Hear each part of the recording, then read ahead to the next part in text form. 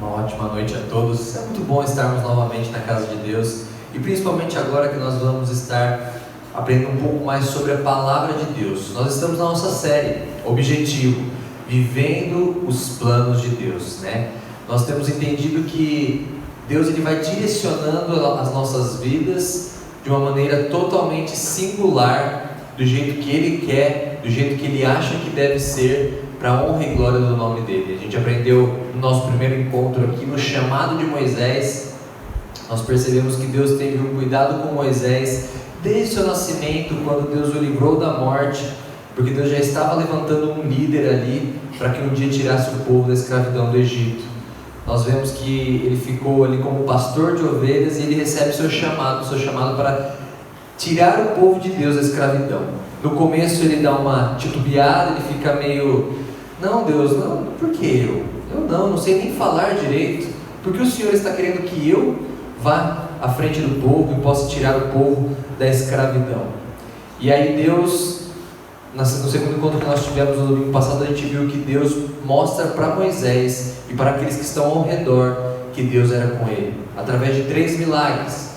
Porque eu disse na semana passada, por que 3 milagres? No Antigo Testamento, para que algo tivesse a validade, para que pudesse realmente reconhecer aquilo, era necessário 2 ou 3 testemunhas. Então Deus dá testemunho de que estava com Moisés em 3 milagres. O primeiro na serpente, que ele transforma o cajado de Moisés numa serpente, mostrando que ele tem o domínio sobre tudo e todos, pensando no povo egípcio, por conta que os egípcios estavam longe da vontade de Deus, e pensando amplamente maior, a gente sabe que Cristo é quem viria esmagar a cabeça da serpente, que é Satanás. Um dia Cristo voltará, e um dia nós teremos a certeza que Cristo voltará e vai poder agora colocar a serpente, Satanás, no seu devido lugar, julgando vivos e mortos. E também depois a gente viu a mão leprosa, que é o poder de Deus sobre toda a calamidade que o povo já estava enfrentando ali no Egito, porque o povo de Deus já estava contaminado com as coisas do Egito. Então Deus está dizendo assim para Moisés: Moisés, eu posso curar o meu povo, eu posso fazer desse povo novamente um povo que me busque, um povo que me agrade, um povo que tema realmente a mim de todo o coração. E por último, água em sangue, porque os egípcios diziam que um dos deuses do Egito era o rei Nilo, a água, porque a água trazia vida. E como nós pudermos conversar um pouco, a gente entendeu que na verdade só há vida por meio do sangue de Jesus. Então Deus dá testemunho e mostra que era com Moisés e que iria tirar o povo dali da escravidão do Egito. E hoje eu quero convidar você a abrir a sua Bíblia comigo em Êxodo capítulo 17. Êxodo capítulo 17, iremos fazer a leitura do versículo 1 a 7. Êxodo capítulo 17, iremos fazer a leitura do versículo 1 ao 7. Eu não sei se você vai acompanhar na sua Bíblia, no seu smartphone ou no slide, mas preste atenção no que iremos ler. Êxodo capítulo 17, do versículo 1 ao 7. Êxodo 17, do 1 ao 7. Diz assim a palavra de Deus: Tendo partido toda a congregação dos filhos de Israel do deserto de Sim, fazendo suas paradas segundo o mandamento do Senhor, acamparam-se em Refidim, e não havia ali água para o povo beber. Contendeu, pois, o povo com Moisés e disse: Dá-nos água para beber. Respondeu-lhes Moisés: Por que contendeis comigo? Por que tentais ao Senhor? Tendo aí o povo sede de água, murmurou contra Moisés e disse: Porque tu fizeste subir do Egito para nos matar de sede, a nós, a nossos filhos e a nossos rebanhos? Então clamou Moisés ao Senhor: Que farei a este povo? Só lhe resta apedrejar-me. Respondeu o Senhor a Moisés: Passa diante do povo e toma contigo alguns dos anciãos de Israel, leva contigo em mão o bordão com que feriste o rio e vai. Eis que estarei ali diante de ti sobre a rocha em Horebe, ferirás a rocha e dela sairá água, e o povo beberá. Moisés assim o fez na presença dos anciãos de Israel, e chamou o nome daquele lugar Massá e Meribá, por causa da contenda dos filhos de Israel, e porque tentaram ao Senhor, dizendo: está o Senhor no meio de nós ou não? O tema dessa noite da nossa mensagem é: dificuldades aparecem, mas os planos de Deus nunca são frustrados. Eu sei que se eu fosse perguntar a cada um daqui que está aqui essa noite presente, iria perguntar para você: você já passou por alguma dificuldade na sua vida? Dificilmente alguém diria para mim: não, nunca passei nenhum tipo de dificuldade. E dificuldade não dá para medir, porque cada um sente de um jeito. Eu posso sentir uma situação de um jeito, a minha esposa pode sentir a situação de outro jeito. Então nós não julgamos o sentir das dificuldades das situações da vida de cada um. Eu já comentei aqui e sempre digo que eu não gosto daquela frase que diz assim: eu sei exatamente o que você está passando. Só tem uma pessoa que sabe exatamente o que está dentro do seu coração. Só tem uma pessoa que sabe exatamente na completude aquilo que você está sentindo nesse momento e em todos os outros momentos que já se passaram na sua vida. E esse alguém é Deus. E você mesmo, mas até nós mesmos, perto de Deus, nós não sabemos na completude que Deus nos conhece. O interessante é que, se você for buscar no dicionário o significado de dificuldade, vai estar dito assim: aquilo que é difícil ou torna uma coisa difícil, custosa, penosa, árdua. Então o que é uma dificuldade? É alguma coisa que torna difícil que você conclua algum objetivo, algum desejo, alguma vontade. Então diz assim: aquilo que é difícil ou torna alguma coisa difícil, custosa, penosa ou árdua. Então podemos dizer que dificuldade é tudo aquilo que faz com que alguma coisa que queremos executar não seja tão simples assim. E desde que o pecado entrou no mundo, nós temos dificuldades. Porque desde que o pecado entrou no mundo, a situação minha e sua de pecadores faz com que a nossa vida seja uma vida muitas vezes penosa e dificultosa por conta da consequência do pecado. Mas por misericórdia e por amor de Deus, Ele enviou seu único Filho Jesus para que morresse naquela cruz, derramasse sangue precioso, tornando novamente você uma nova criatura, te dando vida e possibilitando viver para a honra e glória de Deus. E aí eu quero te fazer um questionamento, né? Você tem costume de reclamar muito em meio a uma situação difícil? Lembre-se, nós não temos o controle da vida. Lembro-me quando eu era muito jovem ainda, pequeno, e até hoje, de vez em quando, eu gosto de jogar videogame. E eu lembro quando eu jogava videogame, quando eu tinha mais ou menos uns 13, 14 anos, e o controle tinha fio. E quantas vezes, às vezes, por um ato de arroubo ali do jogo, eu acabava puxando e o videogame caía no chão porque eu estava com o controle na mão. Eu estava controlando aquilo que estava acontecendo no jogo. Hoje os controles já são sem fio, exatamente por isso, né? Para ficar um pouco mais fácil no meio do jogo, você ter uma reação, você não vai derrubar o console.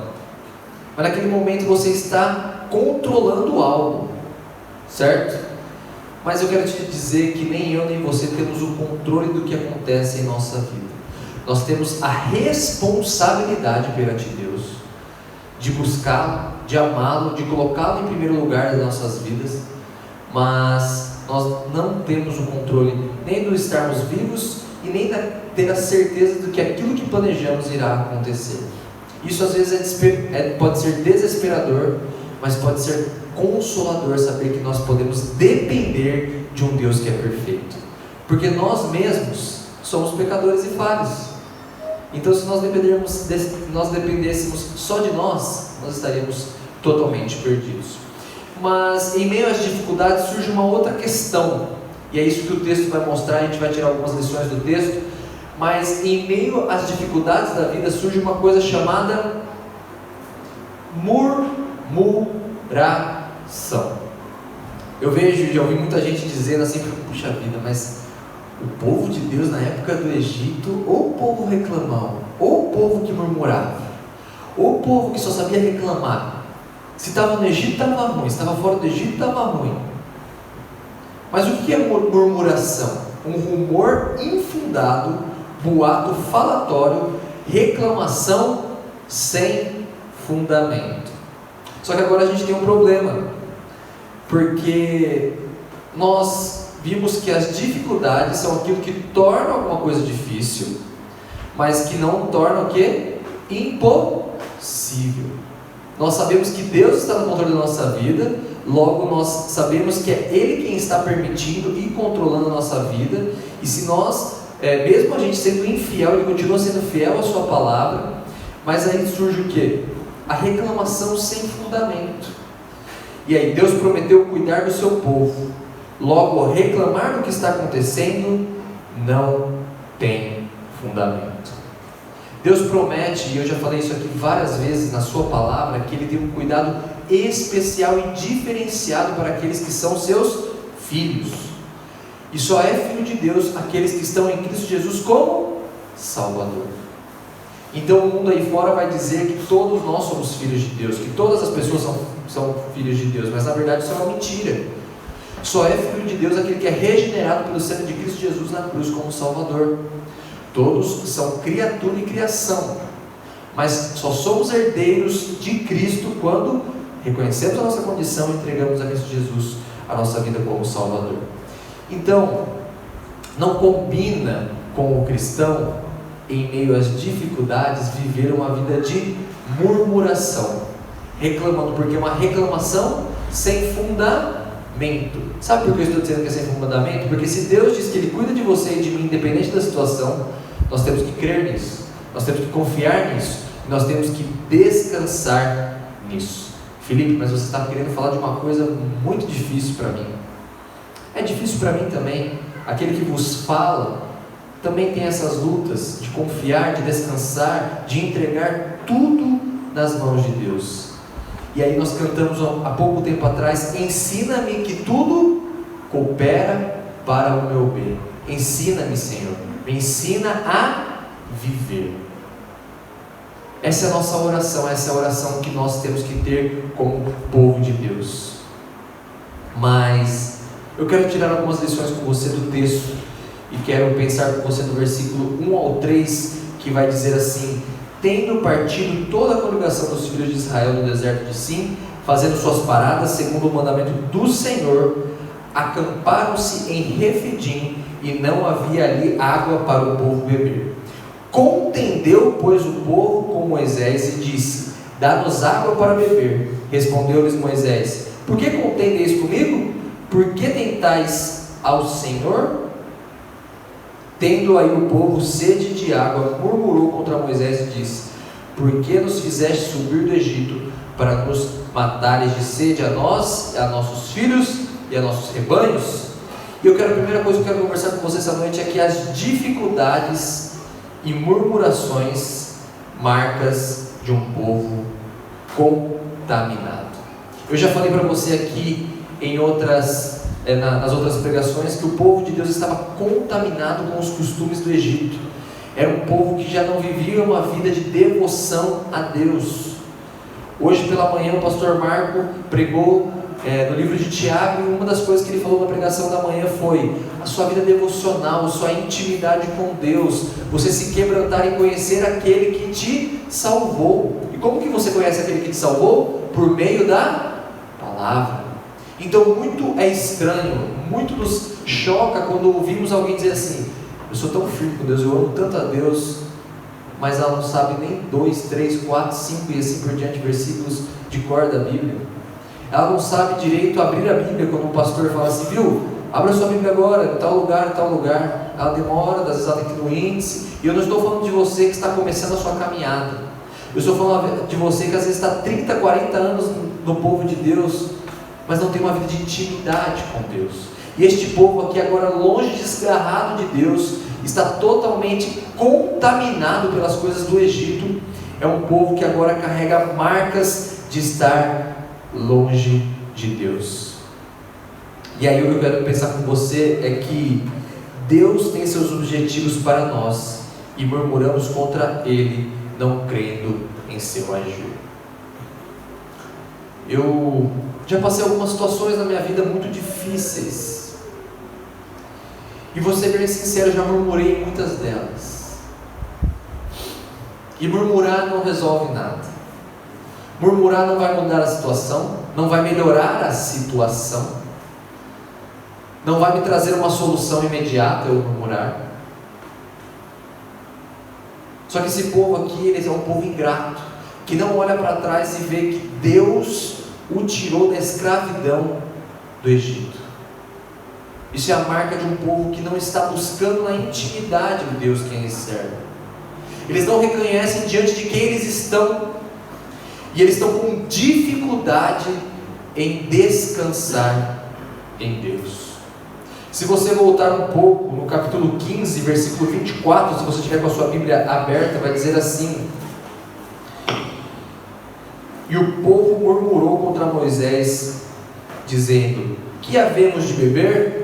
2 capítulos anteriormente, as águas elas eram turvas e amargas, e Deus já havia feito com que as águas amargas se tornassem doces para sustentar aquele povo. E agora aqui, novamente, agora o povo não tem água, mas novamente eles murmuram e colocam em xeque a soberania e o cuidado de Deus. Este mesmo povo que no frio tinha a coluna de fogo, no calor tinha a nuvem cuidando deles, que não padeceram de fome no deserto, porque Deus estava cuidando deste povo. E se você leu comigo e você prestou atenção no que eu estou dizendo, talvez você fale assim: mas esse não é o episódio no qual Moisés perde o direito de entrar na terra prometida? Não, este não é o episódio. Lá em Números capítulo 20, depois se você quiser abrir na sua casa, é o episódio no qual Deus diz para ele: vá à frente do meu povo, fale a pedra e dela sairá água. Deus é colocado à prova várias vezes. Na primeira vez, a água turva, a água que não era doce, não era potável, como assim dizer, Deus transforma agora em água potável para cuidar do seu povo. Agora, nesse episódio que estamos tirando algumas lições, já não se tem mais água. E a gente viu que Moisés fere 2 vezes a pedra e a água sai. E lá na frente, nós vemos mais uma vez o povo murmurando, não confiando no agir de Deus.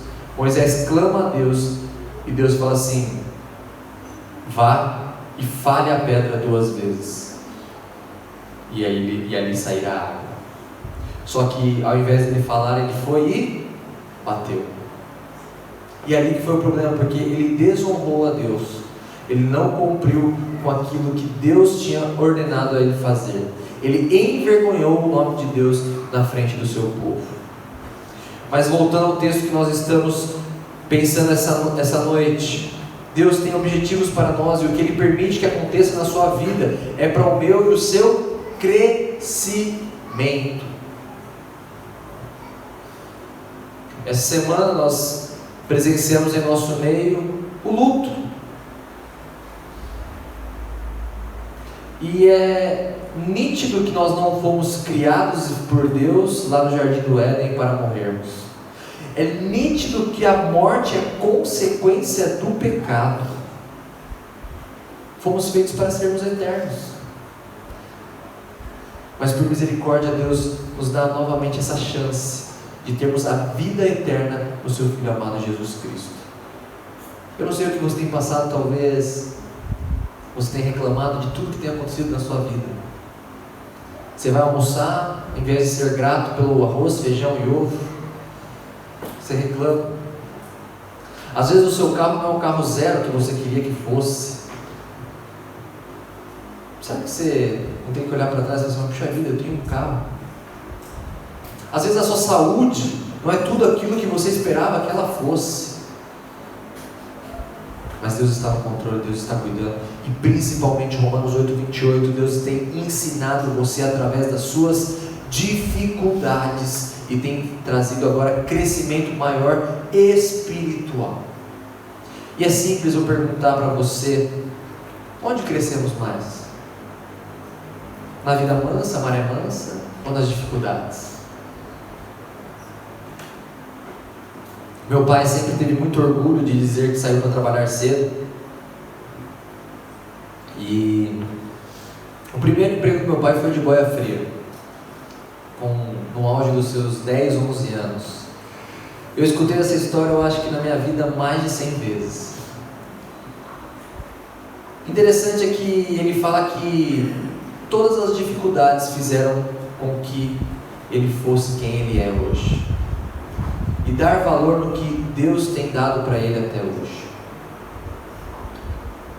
Eu não estou dizendo que Deus vai fazer com que você sofra. Não é isso que eu quero dizer. O que eu quero dizer é que Deus está no controle de todas as coisas. Deus está te ensinando de alguma maneira.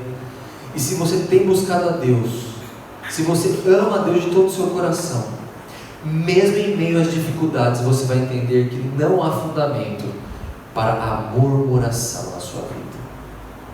Porque murmurar no meio das situações difíceis é algo de um povo que não está buscando a vontade de Deus. Felipe, então eu não posso me entristecer no meio da dificuldade? Pode. Felipe, mas eu não posso chorar no meio da minha dificuldade? Pode. Nós somos seres humanos, nós sentimos as coisas. Eu não posso sofrer? Pode. Mas o que você vai fazer com isso? O pecado não está em você passar as dificuldades, se entristecer, chorar. O pecado está em você olhar para Deus e falar assim: Deus, se esqueceu de mim? E olha o que o povo diz isso, dizendo para Deus: será que Deus esqueceu da gente? Será que Deus realmente é esse Deus? E Moisés assim: por que vocês estão tentando ao Senhor? Por que vocês estão dizendo isso para Deus? Esse é o Deus que tem nos trazido até aqui. Eu estou com 28 anos e só estou com 28 anos casado na igreja presbiteriana de Caídas por misericórdia de Deus e cuidado de Deus até aqui. E só posso falar daquilo que me alcançou por misericórdia de Deus. Talvez em alguns momentos vai ser aquilo que não é tudo aquilo que eu esperava em algumas situações, que eu imaginava. Por alguns momentos vou vir a adoecer, porque também sou ser humano. Mas eu tenho que ter a certeza e o descansar de que Deus está no controle de tudo. E aí eu queria lembrar com você, lá em 1 Coríntios, capítulo 10, versículo 9 e 10. Não ponhamos o Senhor à prova, como algum deles já fizeram e pereceram pelas mordeduras das serpentes. Nem murmureis, como alguns deles murmuraram e foram destruídos pelo exterminador. Aquele que não ama a Deus, aquele que não tem um relacionamento com Deus, é muito natural reclamar de tudo, murmurar de tudo. Você já conheceu alguém que tem o costume de murmurar de tudo? Você conheceu? Eu já conheci algumas pessoas. E misericórdia, não é gostoso. Tudo está ruim, está calor, meu Deus, mas que calor é esse? Mas está frio, tá frio demais. Se tem horário de verão é porque tem. Ah, mas agora que o presidente tirou... Ah, mas eu amava o horário de verão. Como que ele pode ter tirado o horário de verão? Se tem frango, tá ruim. Se tem carne, pior ainda. Então põe o ovo, né? Para ver agora que você dá uma animada, né? Não, tá ruim também. Gente, a gente pode se entristecer, a gente vai passar por dificuldades. Mas a murmuração não pode ser uma característica natural daquele que ama a Deus. E o povo que estava contaminado, estava longe de Deus, estava tendo uma vida de murmuração, esquecendo o que Deus tinha feito até ali, esquecendo o objetivo que Deus tinha para a vida deles. Segunda coisa que eu quero pensar com você é levar as dificuldades a Deus. Versículo 4 e 5. Então as dificuldades elas vão aparecer. Nós temos que lutar para não murmurar. Mas eu quero te dizer que elas vão aparecer. Só que o que a gente tem que fazer quando as dificuldades aparecerem na nossa vida? E a resposta o texto dá é simples: Olha o versículo 4 e 5. Então clamou Moisés a quem? Ao Senhor. Que farei a este povo? Só lhe resta apedrejar-me. Respondeu-lhe o Senhor a Moisés: passa adiante do povo e toma contigo algum dos anciãos de Israel.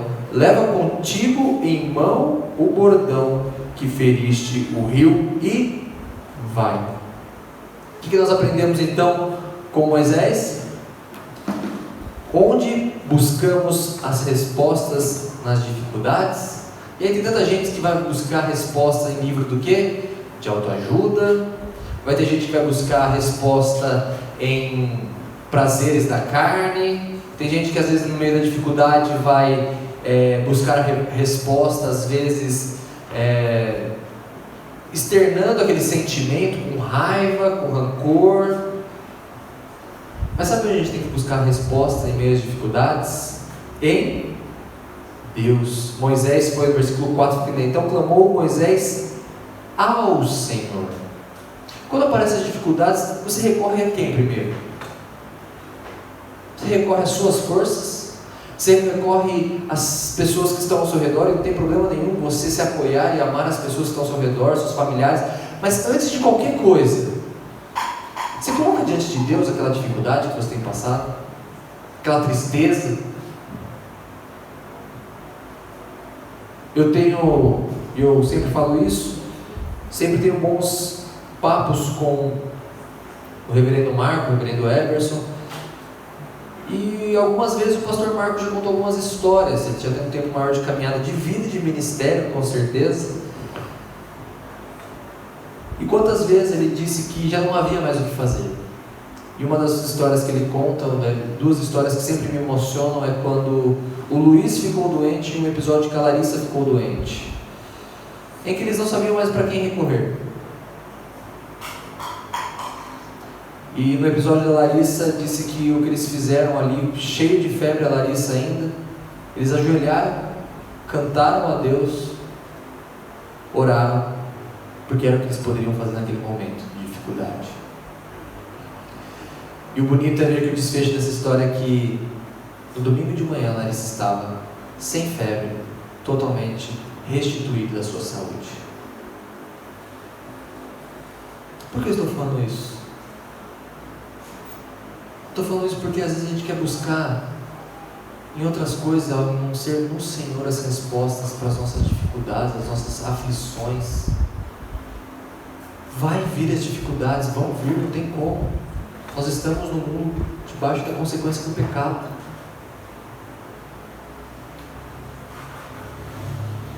Quando buscamos, recebemos a resposta. Versículo 5: respondeu o Senhor a Moisés. Então Deus responde a Moisés. Só que tem um parêntese que eu quero fazer com você: é que nem sempre a resposta que vai vir de Deus é a resposta que eu quero. Às vezes a resposta que vai vir de Deus às vezes não, eu tenho certeza que a resposta que vai vir de Deus é a melhor, mas nem sempre será a que eu e o meu coração esperam. Só que eu quero te dizer que o pai que ama, ele diz não. O pai que ama não vai dar tudo para o filho do jeito que ele quer, porque senão ele está criando um filho, uma expressão muito conhecida, um filho mimado. Deus não quer filhos mimados, Ele quer filhos quebrantados ao pé da cruz, moldados ao caráter do seu Filho amado Jesus Cristo. É isso que Deus quer. E principalmente glorificando a Ele com a sua vida. Quando nós clamamos, a resposta vem. Mas eu tenho que sempre dizer que a resposta nem sempre será aquela que você espera. Talvez a resposta do Senhor é: aguarde.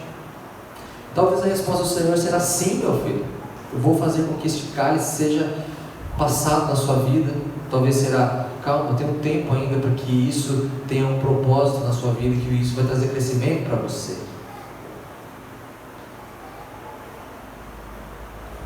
Estamos dispostos a receber a resposta que Deus quer dar? Aí que eu te pergunto: quando chegar o não, eu estou disposto a dizer sim, Senhor? Quero lembrar com você o Sermão do Monte, Mateus 6, 31 a 34 diz: portanto, não vos inquieteis dizendo: que comeremos? Que beberemos? Ou com que nos vestiremos? Porque os gentios é que procuram todas estas coisas, pois o vosso Pai Celeste sabe que necessitais de todas elas. Buscai, pois, em primeiro lugar o seu reino e a sua justiça, e todas estas coisas vos serão acrescentadas. Portanto, não vos inquieteis com o dia de amanhã, pois o amanhã trará os seus cuidados. Basta ao dia o seu próprio mal. Fique tranquilo que se você tem buscado a Deus na intimidade, tem amado Ele todo o seu coração, Ele vai dar a resposta, Ele está cuidando de você e Ele não vai deixar faltar nada. Salmo 23 vai dizer isso: aquilo que eu não tenho necessidade de ter. E vamos combinar entre nós, irmãos, Deus dá muito, muito, muito mais do que precisamos, mas muito mais. Deus está cuidando de você, Deus está consolando você, Deus está sofrendo com você, mas Deus tem moldado o caráter de Cristo em você. E Moisés mostra que ele foi buscar no lugar certo essa resposta, e ele recebeu a resposta de Deus, que ele tinha que ir adiante do povo com o cajado. E a terceira lição é que a resposta e o direcionamento não vem de homens, vem de Deus. A resposta e o direcionamento não vem de homens, vem de Deus. Tanto é que Moisés era o líder, sim, instituído por Deus, colocado por Deus ali naquele momento, num tempo e no espaço, mas ele era um representante, e a resposta e o direcionamento sempre vinham de Deus. Eu falo e eu sei da responsabilidade, apesar talvez de não saber com a plenitude por ser pecador, mas ser um pregador da palavra, ser um ministro do Evangelho, é uma alegria muito grande, é um privilégio, mas vem acompanhado de uma responsabilidade enorme. Porque aqui não é o Felipe que está falando aquilo que ele acha que ele quer, tem que ser aquilo que Deus deixou na sua palavra para o povo dele, porque a resposta vem dele. A resposta é dele e tudo está debaixo de suas mãos. Versículos 6 e 7 diz: eis que estarei ali diante de ti sobre a rocha em Horebe. Ferirás a rocha e dela sairá água e o povo beberá. Moisés assim o fez na presença dos anciãos de Israel e chamou o nome daquele lugar Massá e Meribá, por causa da contenda dos filhos de Israel, e porque tentaram ao Senhor, dizendo: está o Senhor no meio de nós ou não? E aí eu quero te lembrar e quero te dizer o que significa Massá. Significa teste ou prova, o próprio texto já diz isso. E Meribá significa murmuração, insatisfação.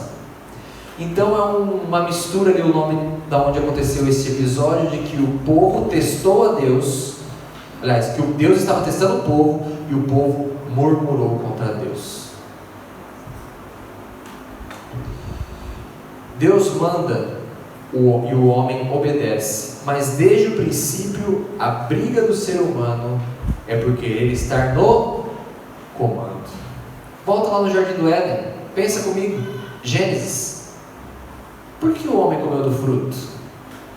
Porque ele seria igual a Deus. A serpente disse assim: viu, se você comer do fruto, que nós não sabemos se é maçã, e eu sei que todos os desenhos vão dizer que era uma maçã, mas se você comer do fruto proibido, você conhecerá e será igual a Deus. Logo, se você estiver no pé de igualdade com Deus, traduzindo, você também poderá o quê? Comandar as coisas, você estará no controle das coisas. Essa sempre foi e sempre será uma luta constante dentro do coração pecaminoso do homem. Mas quem está no comando e quem cuida de todas as coisas é Deus. Eu já ouvi algumas pessoas dizendo assim: ai Felipe, mas chega até a ser meio sem graça também. Porque onde já se viu Parece que eu não tenho vontades, que eu não tenho desejos, que eu não tomo decisões. E aí você está confundindo a soberania de Deus, porque você está querendo colocar a soberania de Deus dentro de uma racionalidade humana. Já disse aqui para você que você tem total responsabilidade sobre as suas decisões, mas nenhuma decisão sua, nenhum ato seu e nada que aconteça na sua vida não está fugindo da soberania de Deus. Não tem como, não foge. Deus é soberano sobre todas as coisas. E Deus sim, por muitas vezes, permite algumas coisas para que nos ensine com elas.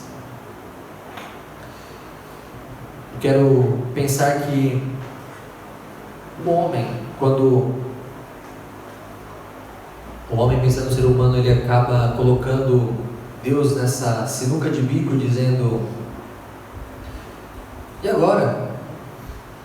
De alguma maneira a raiz do seu coração já está contaminado com a desconfiança de quem é Deus. Talvez falte você voltar e olhar para trás e dizer assim: eu me perdi no meio do caminho, eu me perdi e não percebi aquilo que precisava ser percebido, e isso foi tomando uma proporção tão grande na minha vida, que hoje para mim tanto faz, tanto fez, e eu quero comandar a minha vida. Muitas pessoas têm o Senhor como Salvador, mas não como Senhor de suas vidas. E o senhorio de Cristo na nossa vida é: eu quero fazer a tua vontade.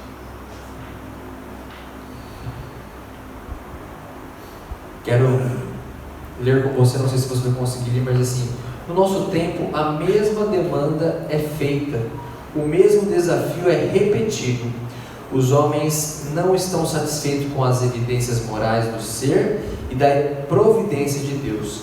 Apontam para os males físicos ao redor, a fome, a sede, a pobreza e a miséria, a poluição e a vontade própria de nossos tempos, chorando. Deus, por que Ele permite essas coisas? Por que Ele permite sofrimento e tristeza? Por que Ele não interpõe? E então, quando os céus ainda estão silenciosos, eles inferem que Deus não existe, que o céu é uma órbita ocular vazia e que não há nada melhor do que comer e beber, porque a morte é um sono eterno. É isso que o mundo vai pregar aí fora. Quer dizer que você nunca me ouviu alguém dizer assim: Felipe, mas se Deus existisse mesmo, como se diz, essa tal soberania, por que o pessoal em tal lugar do mundo está se matando? Por que o pessoal em tal lugar do mundo está passando fome? Por que o pessoal briga tanto? Por que tem tantas famílias sendo dilaceradas? Por que, se Deus existe? Por que um ganha milhões e outro não ganha mal um salário mínimo? E a resposta é que isso é consequência do seu, do meu pecado lá no jardim do Éden. Isso não fugiu debaixo da soberania de Deus, mas isso está debaixo da permissão de Deus. Não era isso que Deus tinha como plano inicial para a sociedade. Realmente, o plano principal de Deus não era que nós passássemos fome, que alguém tivesse algum problema, mas por consequência do pecado. Isso hoje nos assola. Mas nós que somos filhos de Deus não podemos nos questionar disso, tendo a certeza do cuidado e do amor de Deus em nossas vidas. Provérbios 16:1 vai dizer: o coração do homem pode fazer planos, mas a resposta certa dos lábios vem do Senhor. A gente pode até fazer planos, e faça. Estamos começando mais um ano, faça planos. Coloca aí, né? Já me comprometi no meu regime este ano. Vamos ver se eu vou conseguir cumpri-lo. Faça planos, mas eu tenho que te lembrar que a resposta certa vem de Deus. Então, independente do que esteja acontecendo no meio do caos que vivemos, tem alguém cuidando e direcionando a sua vida e colocando o objetivo principal da sua vida para glorificar a Ele como Salvador. Lá em Salmos número 25:12 diz: ao homem que teme ao Senhor, Ele o instruirá no caminho que deve escolher. Então, se você ama a Deus, se você busca a Deus, Deus vai mostrar para onde você tem que ir. Deus vai mostrar para onde você tem que ir. Murmuração, descontentamento com a vida é marca de um povo contaminado. Buscar a resposta em meio às dificuldades, temos que buscar em Deus. E por fim, saber que é sempre Deus que dá a última palavra de tudo. Deus dá a palavra do sim, do não, da vida, da morte. É Deus quem está no controle. E eu concluo a minha pregação dizendo: dificuldades para os filhos de Deus podem ser uma bênção para o crescimento, ou um gatilho para demonstrar o descontentamento para com Deus. Olha que interessante. Dificuldades para aqueles que são filhos de Deus pode ser uma bênção para o crescimento, ou para aqueles que não estão buscando firmemente a Deus, ou um gatilho para demonstrar o quê? O descontentamento do seu coração para com aquele que te salvou. Mas aprendemos e entendemos que assim como Moisés buscou o direcionamento de Deus, nós ainda hoje temos de fazer isso através da Bíblia, oração e relacionamento com Deus, sempre lembrando que a última palavra sempre é de Deus e vem do Senhor. Uma frase para que você grave tudo que nós aprendemos essa noite: agradeça, busque a Deus, aceite o que Ele tem para você. Nós estamos agora à beira de participarmos da mesa do Senhor. Esse é o próximo passo, é a próxima coisa da nossa liturgia, do nosso culto. Mas ao participar dessa mesa, você tem que realmente pensar: como está o seu coração perante Deus? É um coração grato por aquilo que Deus tem feito em sua vida? É um coração que quer mudança, quer buscar o direcionamento dele? Porque quando nós colocamos os nossos pedidos diante do Senhor, nós estamos dizendo assim: Deus, é o Senhor quem vai me dar o direcionamento, e eu quero confiar, crer e viver isso. E principalmente, não entendermos que é para o nosso crescimento as dificuldades que possamos vir a enfrentar. Volto a relembrar, não querendo dizer que a nossa vida e a vida do cristão é só sofrimento, mas quando enfrentarmos, quando passarmos, possamos ter o descansar na pessoa de Cristo Jesus. Então, que realmente, quando você for participar dessa mesa, daqui a pouco, você seja grato por tudo que Deus tem feito em sua vida, até mesmo pelas situações difíceis. E que você não deixe que este gatilho para a murmuração, para o descontentamento, faça com que te afaste do seu relacionamento com Deus. Eu não sei o que você está passando no seu coração. Eu não sei como você adentrou aquela porta. Não sei se a caricatura do seu coração é de um povo longe de Deus, um povo descontente com Deus, ou talvez você entrou lá machucado. Você entrou naquela porta machucado por alguma situação que você tem passado, já passou na sua vida. Eu quero te dizer que hoje é dia de você entregar isso na cruz de Cristo. Se você já entregou sua vida e você foi salvo por Cristo Jesus como Salvador, mas alguma coisa ainda você quer carregar esse fardo sozinho, e não só isso, você tem sido amargo por isso, murmurado por isso, hoje é dia de você colocar isso na cruz de Cristo, buscando a resposta de Deus, recebendo a paz que só Ele pode te dar. Eu não posso dar essa paz, só Deus pode dar essa paz. Como Cristo mesmo disse: a minha paz vos dou, não a dou como o mundo a dá. Sabe o que significa? Significa que a paz de Cristo é uma paz que excede todo entendimento. Que ao participarmos da mesa do Senhor, possamos colocar diante dele o nosso coração, rasgar o nosso coração, reconhecendo que mesmo em meio às dificuldades, Ele continua sendo Deus. Tem até uma música que diz: Ele continua sendo Deus, Ele continua sendo bom. Isso quer dizer o quê? Não importa o que nós venhamos a passar, Ele é Deus. Queria convidar você a baixar sua cabeça para orar. Senhor, meu Deus, obrigado porque a sua palavra foi ministrada. Que realmente, Pai, a gente possa pensar, Pai, e entregar os nossos caminhos ao Senhor.